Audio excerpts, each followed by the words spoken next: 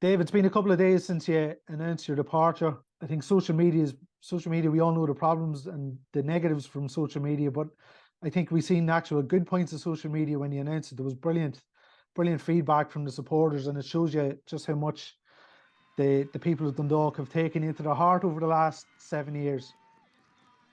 Yeah, it's amazing, to be honest with you. It wasn't anything I was expecting. It was, I just put the tweet out because there'd been a lot of questions about whether I was staying or going, and I just needed to clarify that, I suppose. And to see such a positive reaction was, it was touching, to be honest. It's been obviously a massive 7 years of my career spent in Dundalk, so to be leaving is sad in many ways, but also, as I said in the tweet, I leave with unbelievable memories from my time there.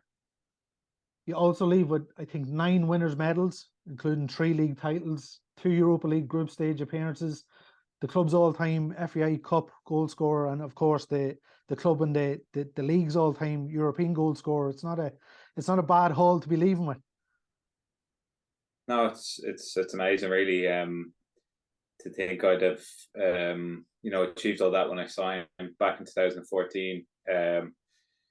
Where Stephen was obviously building something slowly and had a good season in 2013, but to come so far in that quick period is unbelievable, really. And for me to have won 1 league title, I'd have probably been happy if I was finishing up and I'd taken 1. So to win so many trophies and to be part of such an unbelievable team was just beyond my expectations, really. And live long in the memory. And obviously, as a player, you want to settle at a club and make an impact, and just unbelievable to be able to have done that with Dundalk. I suppose we can break your Dundalk career into 2 parts. I'm not going to go into the first part because that whole sort of 3 in a row and the European run in 2016, I'm sure we've spoke about it millions of times, but is it fair to say Bate and the game at Tala, that's the pinnacle for you during your time here? Yeah, definitely. I think it was it's just a monster game, really, and to play such a big part in it, to score 2 goals is just incredible. I think even watching those goals back, some people were posting them on Twitter and things, and that game in general just always just brings a smile to my face watching. I would always say I obviously enjoyed scoring my own goals, but watching Robbie Benson win back is probably the one that actually brings the most joy, just because it was the one that sealed the deal and got us over the line. I think that was just a combination of everything that that team was about, and just a special night. Packed out, albeit we were in Tala, packed out Tala, which was really made like a home for us in that period. And I think that tops everything, really. It's funny because I was looking back at the 2020, the playoff game against KI at the Aviva, and when we qualified for the group stages again, it just couldn't have been any more different than that night in Tala. Obviously, there was COVID, there was nobody in the Aviva, but the feeling around Tala that night when the final whistle went, even though it was lashing rain, the feeling that everybody had, it was something I think we've all been striving to get that sort of feeling. It was a one-off sort of memory, wasn't it? Yeah, definitely. I think the whole night was surreal. Even you watch back, the commentary is kind of iconic at this point, and just even afterwards in the change room, I think Martin O'Neill came in and congratulated us. We didn't really know what to be doing with ourselves. We were just overjoyed, really. I think after the game, a few of us we need to go out. We need to, have a few drinks and just, mark the occasion nearly. But I think we had another game probably in 3 or 4 days, so we have to be very careful as well. So, just one of those moments that you just want to relive. But it was an amazing night. I think the atmosphere was incredible. As you said, a packed house, family there. It was perfect, really. As you say, 2016 was the culmination, three league titles in a row. As you say, that sort of team that was sort of put together and sort of grew and developed over the years, that season sort of had it all. Yeah, definitely. I think it was just a bumper ride the whole season. even coming back playing Zenit and trying to play a cup final 2 or 3 days later, and just got into a rhythm really of playing games every 2 or 3 days. And I think it's sort of, it was just an unbelievable time to be a part of. Kind of became surreal by the end of it. You were traveling across Europe, and it kind of became a second nature. You kind of forget how, how well we done to get there. But yeah, I think we enjoyed the occasion, and I think some of the performances we put in the group stages as well were unbelievable. And to come away from it thinking we were disappointed not to get out of the group just shows the level that we were performing at. Yeah. Fast forward 4 years, we're in the group stages again in 2020. But as I mentioned earlier, it probably couldn't have felt any different. Obviously, there was COVID, but when you come back in the summer of 2020, there must have been the times you're thinking, what did I come back to here? It's not the same sort of club that I left at the end of 2017, because as we all know, it was chaotic to say the least at times. Yeah, I think when I came back, I probably originally didn't see it as too chaotic. But over the following year, probably just deteriorated bit by bit. I think for the most part, there's probably not a lot of malice involved in how that deteriorated. I think it was just bad decision making, and ultimately ended in a position where players that the club should have been looking to hold on to were leaving, and it was sad to see that happen. Over the years, we're speaking about the highs of the previous years. Everybody wanted to see that continue. So. That said, we still, we speak about unbelievable achievements in that period as well. So as much as things broke down a little bit, there was still success to be had. And obviously today we're back on a much better playing field, I suppose, with the new owners and, Andy back, the sports, that sports guys in, and people who are at the heart of the community, kind of at the heart of the club as well. And I think that's kind of given the club its stability back and a bright future ahead. Yeah, we talk about chaotic, but 2020, if Bate was the high point of your first stint, the cup final in 2020 against Rovers must have been the peak of your second sort of stay at Oriel, Dave. Yeah, definitely. Yeah, it's been probably the last couple of years have been tough in terms of getting game time, and competing with Pat, who's had an unbelievable career at Dundalk, and heading to be the club's top scorer in history. So a lot of my game time came when Pat picked up injuries, and I think I went on a very good run during that spell, and led into the cup final, and cup finals, I just played in 2 or 3, and I'd had no real luck, so few chances in the games, and I was just so desperate in that one in particular to make a mark and try and get a goal, and was delighted to get us back to 1-1 in the game. A little slice of luck and just finished it well, and then couldn't have panned out any better. Probably wasn't far from being taken off in the game, and we get a score, and then to seal it with the last goal. I think that I watched the last goal back to today. It's a brilliant goal. It's one I really, really enjoy. Dickie playing it into me and taking touch and scoring. And people say to me it's an empty stadium and all that. I really couldn't care less. That will stick with me no matter what. And I think it's all the more memorable for the fact that when I watch it back, I'll be like, geez, that was COVID. That was a mad time as well. So, to score a hat-trick in a cup final, you couldn't dream of anything better. I think when you see some of the comments, say on social media tonight, a lot of supporters sort of cherished that final, even though they weren't at the Aviva. They sort of cherished that win against Rovers, which shows you just how important it was. Even though they had to watch it at home on the TV, like it still meant so much to supporters beating Rovers in that final. Yeah, I can remember even when we'd won leagues and you're playing Cork in the cup final. I can see it sort of from there.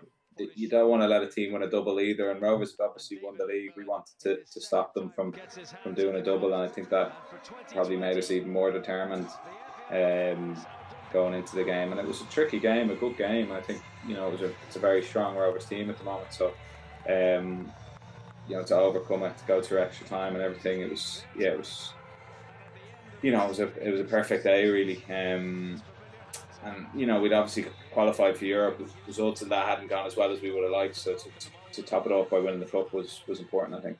Yeah.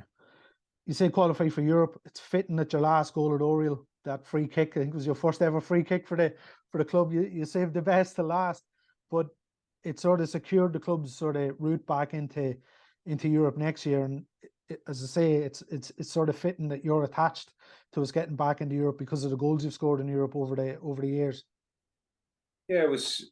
Look, last year's a tough season again, as I spoke about, just not playing enough, and that can be difficult. But it kind of came to the end of the season, and things were obviously tight with St. Pat's, and in the end, I think we've obviously both qualified for Europe. But it was very important at the time to make sure that we were in that third spot, and I was just desperate to get a goal in the last couple of games. To be honest, when Van Harps was a little bit unlucky with the one that went in as an OG. And yeah, the ball, I think it's probably the only free kick I've scored in League of Ireland, to be honest, not just with Dundalk. That haven't hit too many now, to be fair. But yeah, to score on the last home game in Oriel was brilliant. It was just, I probably knew at that point that my time was running out. So to get a goal on my last game there was special, yeah. Yeah. Europe, what was it about Europe? You used to just come alive. 14 European goals. Only Robbie and Roy Keane. It's a great stat. Only Robbie and Roy Keane have got more goals in Europe than David McMillan. What was it about games in Europe that you just sort of, you just always seem to have a knack of scoring? Yeah, I don't know. Good players playing behind me, I guess. A great supply line. I don't know, to be honest. It's just, I don't know. Just good fortune, I think, more than anything. I think I thrived on those games, just really enjoyed them. You work so hard to get to that point, and I was only thinking today, when the team's playing in Europe next year, it'll be hard to watch. Like, when I say hard to watch, I'll obviously be watching, but it'll be hard not to be a part of it. You're desperate for those nights. That's what, look, any League of Ireland player, that's the nights you want to be involved in. They're amazing times. Everybody's watching, and you're playing on a big stage, and yeah, just loved it. Always loved playing the big games, and nothing better than playing in Europe.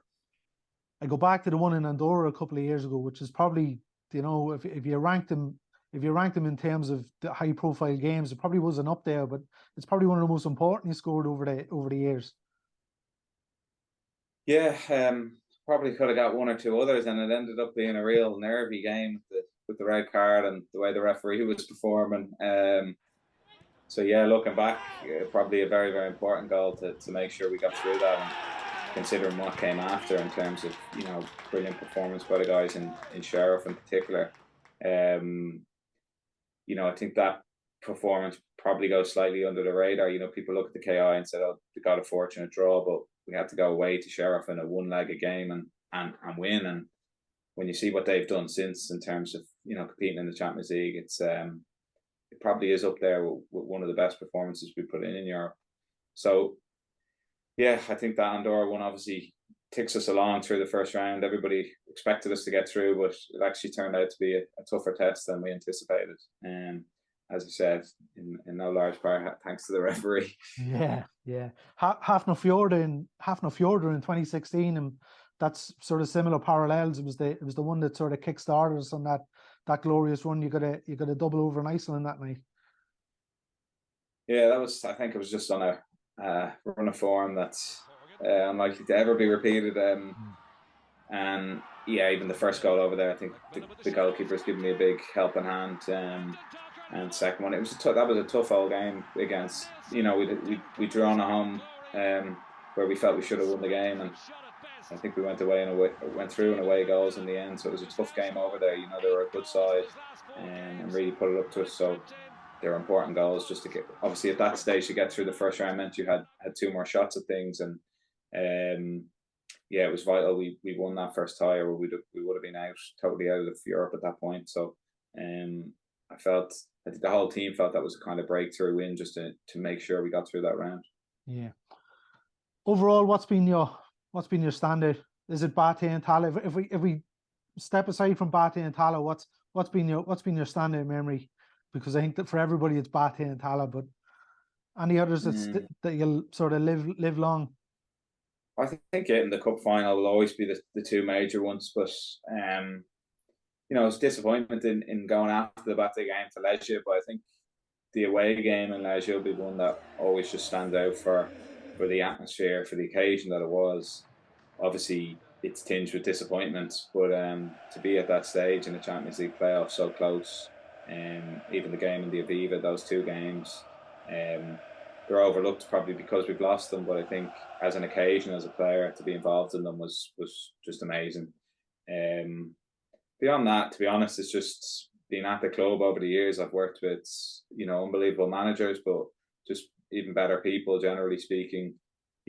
Teammates traveling up and down from Dublin all the time could get laborious, could be tough, but I've travelled with unbelievable people. The Kieran Kilduffs, Sean Gannons, Dickie Kelly and Robbie Benson last year, Dara Leahy, like just great people to travel with.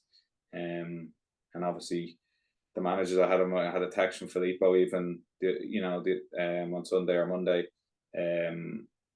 Just good people generally, and I think that's a big part of the club. Even now, it's left in good hands, and I know when I'm up there visiting and watching games, I'll be warmly welcomed. Yeah, of course you will.